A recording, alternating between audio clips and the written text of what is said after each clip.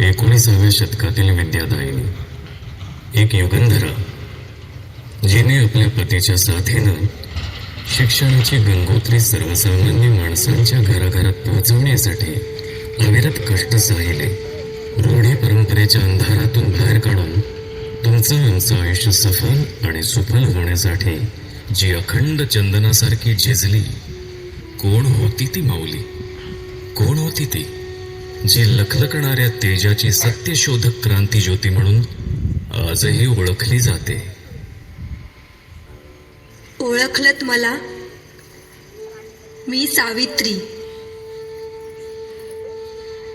आम्ही हीरा इंटरनॅशनल स्कूलचे विद्यार्थी धरणगाव सादर करीत आहोत नाटिका सावित्रीबाई फुले.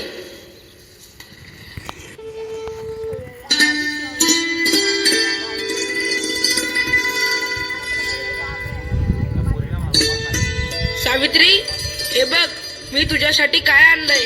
हे काय आहे ती? अगं असं काय करतेस? ही पुस्तके आहेत, या पुस्तकांचं वाचन कर. इश्या, आता ह्या वयात कसं वाटल ते? हे बघ सावित्री, तू मला लग्नाच्या वेळेस वचन दिलं होतंस, आता नाही म्हणू नकोस. हे तुला करावंच लागेल. आजपासून तुझा अभ्यास सुरू.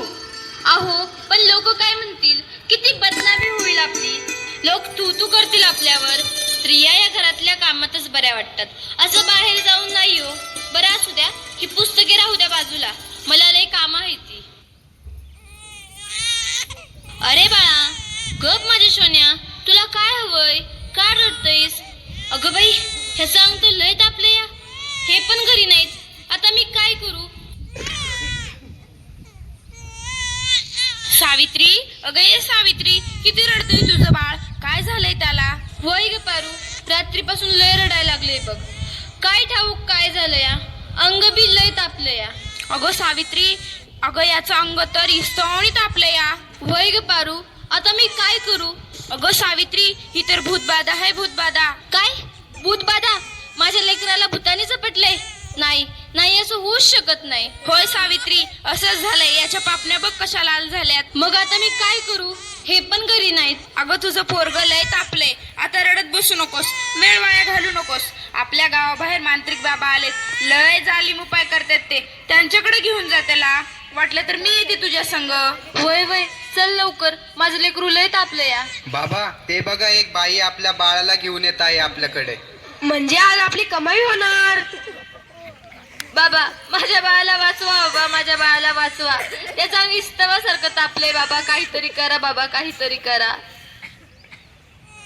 तुझ्या बाळाला भूतबाधा झाली या. कसली भूतबाधा बाबा? बाई, तुझ्या बाळाला विहिरीतल्या भूताने झपटलंय. काय? विहिरीतल्या भूताने?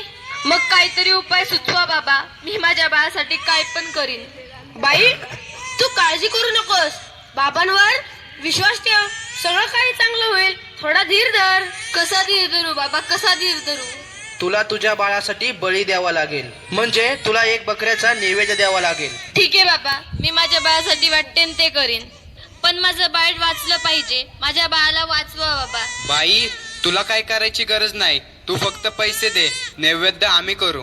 ठीक आहे बाबा, मी वाटेल तेवढं पैसे देईन, पण माझं बाळ वाचलं पाहिजे. हे घे अंगारा, दिवसात न 2 वेळेस लावत जा बाळाला. बाबा की जय हो, बाबा की जय हो. बम बोले, बम बोले.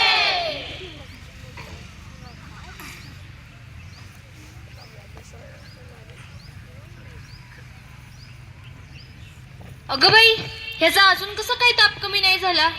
काल बाबाकडे जाऊन पण काय बी फरक पडला नाही.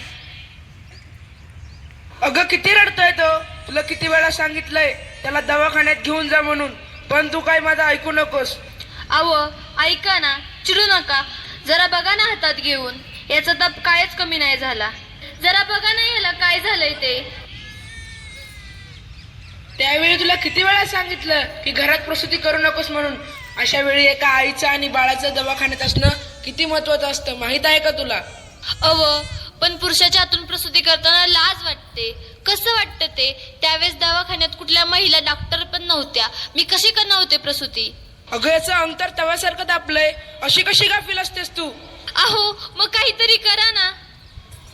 दादा, लवकर जाऊन वैद्यांना बोलव. हे काय करतेस तू? मी याला देवाचा अंगारा लावते. बस कर सावित्री, हा सर्व अंधविश्वास असतो. अहो जरा विश्वास ठेवा. हे बघा याचा ताप कमी होतोय, कपाळ पण अगदी थंड पडलं या. बघा ना जरा. उठ ना बाळा, उठ, डोळे उघड. हे बघ तुझी मम्मी तुला बोलवतीये. उठ ना पिल्लू, आई तुला आवाज देते. उठ ना बाळा. काय झालं? अहो याला काय झालं? हा उठत का नाहीये आणि डोळे पण उघडत नाहीये. ए बाळा उठ ना. काय झालं? अहो काय झालं याला? हा सास गप्प गप्प काय? ए उठ ना बाळा, काय झालं तुला? अहो बघा ना जरा. आणि नाही राहणार मी अडाणी. मी शिकेन, मी नक्की शिकेन. कारण उद्या एखाद्या कुणी आईला उपचाराच्या कमतरतेमुळे आपल्या बाळाला मुकावं लागणार नाही. मी शिकेन, मी नक्की शिकेन. शाबास सावित्री, शाबास. मला तुझ्याकडून हीच अपेक्षा होती.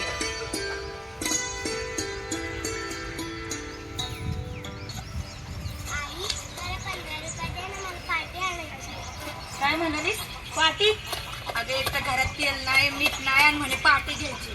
आणि जो तुझा बाप सकाळ सकाळ जातो कामाला आणि येतो रात्रीला ठेवतो. त्याला मागून मग पैसे असं तर ते. जरा लांबूनच माग, पिलेला आहेत.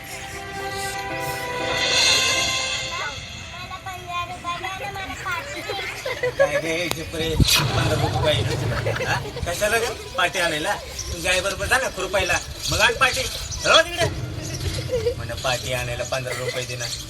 अहो द्या की तिला पैसे. 15 रुपये तर मागती. तिची पाठी फुटली म्हणूनच मागते ना पैसे. मास्तरांनी तिला 100 पर्यंत पाडी लिहायला सांगितलं. ए भवानी, मला पैसे नसते यायला. एक दलिंद्री जलमली आणि मला 7.5 लागली. हा कोणाची 7.5 लागली म्हणाला भराला? तुमच्या जीवाला काही लाज बीज आहे का नाही? खरं तर तुमच्या दारूची 7.5 लागली या जगाला. जेव्हा बघावं तेव्हा ही दारू ठुशीत असतात. तुम्ही तर नाही सुधारले, पण हिला तरी शिकू द्या. कमीत कमी शिकून मोठी साहेबीन तरी होईल. जेव्हा रस्त्याने जाईल ना तेव्हा म्हणतील बघा आशाची आई चालली. आणि तुम्हाला बी म्हणतील की आशाचा बाप चालला म्हणून. काय जमान्याची. घाबरू नको ग. आपण पाठी घेऊ. हा मी देईल तुला पैसे. तू शिकून लई मोठी हो. मी कामावरून आले ना की मग आपण पाठी घेऊ. तुला गा अभ्यासाला, मी घेते कामावरून. हा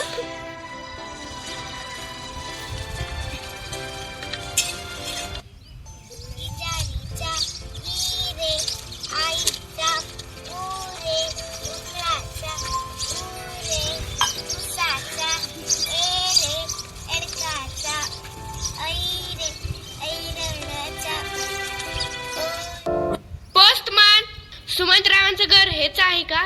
तुमची दिल्लीहून तार आलीये. सावित्री, तुला दिल्लीवरून तार आलीये. तुला दिल्लीला जावं लागेल. तुला दिल्लीला पुरस्कारासाठी बोलवलंय. तुझा सत्कार होणार आहे. काय? आज हे फक्त तुमच्यामुळे शक्य झालं, नाहीतर मी एकटी काहीच करू शकले नसते. कॉंग्रॅच्युलेशन्स. Keep it up. महिलांचा सन्मान वाढवला तुम्ही. आज माझ्या हातात ही डॉक्टरकीची पदवी नसून उद्याच्या त्या सोनेरी क्षणाची चावी आहे, ज्याच्यावर आजपर्यंत फक्त अंधविश्वास व नकारवक्तेचे कुलूप लागले होते. माझ्या देशात अशा अनेक महिला आहेत ज्यांची स्वप्न चुलीच्या धुरात हरवून गेली आहेत. मला असं वाटतं ही स्वप्नांची पतंग खुल्या आकाशात उडावी आणि प्रत्येक घरात सुमंतराव असावे, कारण हे या पतंगाच्या दोऱ्याला कधीच कापू देऊ नये. हे करणं खूप अवघड तर आहेच, पण अशक्यही नाही. सावित्री, चुकलं माझं, मला माफ कर. मी तुला नाही ते बोलले. तू आज शिकून समाजाला धडा शिकवलास. आम्ही काय आडाने त्या आडानेच राहिलो. आता आम्ही पण शिकणार. खरं सावित्री, चुकला आमचं, माफ करा आम्हाला.